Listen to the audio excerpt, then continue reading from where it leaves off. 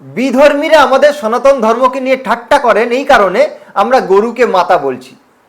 তো গরুকে মাতা বলা নাকি একটা অনেক মূর্খতাপূর্ণ কার্যকলাপ তাদের চোখে মনে হচ্ছে, তাদের মস্তিষ্ক বলছে। তো গরুকে মাতা বলা একটা হাস্যকর বিষয় নাকি, এবং তারা ঠাট্টা করে বলছে গরু যদি মাতা হয় ষাঁড় কেন পিতা হবে না। তো আজকে আসুন আমি এই ভিডিওর মাধ্যমে আপনাদেরকে একেবারে ব্যাখ্যা করে দিচ্ছি যে গরুকে কেন মাতা বলা হয়, এবং সঙ্গে এটাও ব্যাখ্যা করে দিচ্ছি কেবল গরুকে মাতা বলা হয় না, এই ভূমিকে মাতা বলা হয়, এই পৃথিবীকে মাতা বলা হয়, এই দেশকে মাতা বলা হয়। তো কেন আমাদের যিনি জন্ম দিয়েছেন তাকে তো আমরা মাতা বলছি, তারপরেও গরুকে, দেশকে, পৃথিবীকে কেন মাতা বলছি?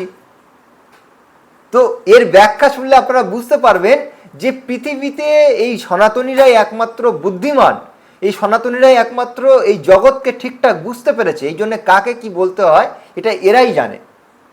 তো মাতা কাকে বলে এটা যদি আমরা একবার বুঝতে পারি তাহলে বুঝতে পারবো যে আমরা কেন গরুকে মাতা বলছি। তো শাস্ত্রে বলা হলো মাতা নির্মাতা ভবতি, মানে যিনি নির্মাণ করেন তাকে মাতা বলা হয়। তো দেখুন, আমাদেরকে যিনি জন্ম দিলেন তিনি আমাদেরকে নির্মাণ করছেন, এই জন্যে তাকে আমরা মাতা বলি। মাতা শব্দটাকে আগে বুঝতে হবে। এবার এই এই যে দেশ, এই দেশ আমাদের এই যে নির্মাণ হচ্ছে, আমরা যে ছোট থেকে বড় হচ্ছি, এই নির্মাণের কাজে এই দেশ অনেক বড় ভূমিকা পালন করছে, এই জন্য আমরা দেশকে মাতা বলছি। এই পৃথিবী দেখুন, এই পৃথিবী আমাদের নির্মাণ কাজে প্রচণ্ড পরিমাণে ভূমিকা পালন করছে, এই জন্যে এই পৃথিবীকে আমরা মাতা বলি। এই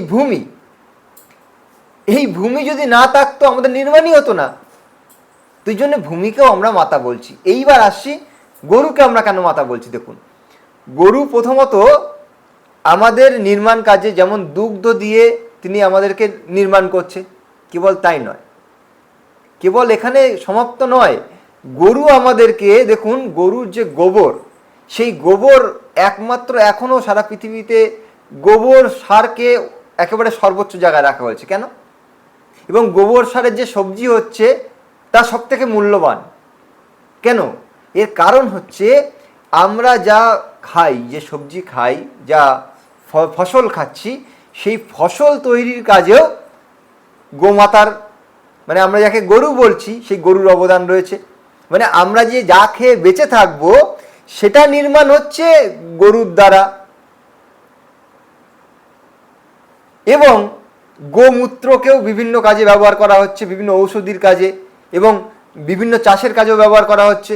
তো এইভাবে আমরা যদি একের পর এক দেখি, দুগ্ধ থেকে শুরু করে গরুর সমস্ত জিনিস, যে গোবর হতে পারে, গোমূত্র হতে পারে। এখন দেখুন, অন্য পৃথিবীর অন্য কোনো প্রাণীর যে গোবর হয়, মানে যে তারা যে বিষটা ত্যাগ করেন, সেই বিষটাকে এইভাবে কাজে লাগানো যায় না।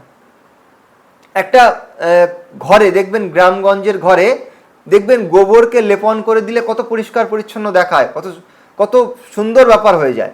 কিন্তু অন্য কোনো মানুষের যে বিষটা সেটাকে ব্যবহার করতে পারবেন না, কিংবা অন্য কোনো প্রাণীর তার গোবরকে ব্যবহার করতে পারবেন না। কিন্তু গরুর কেন ব্যবহার করতে হয়? গরুর ব্যবহার করলে এত সুন্দর হয়ে যায় কেন, শুদ্ধ হয়ে যায় কেন?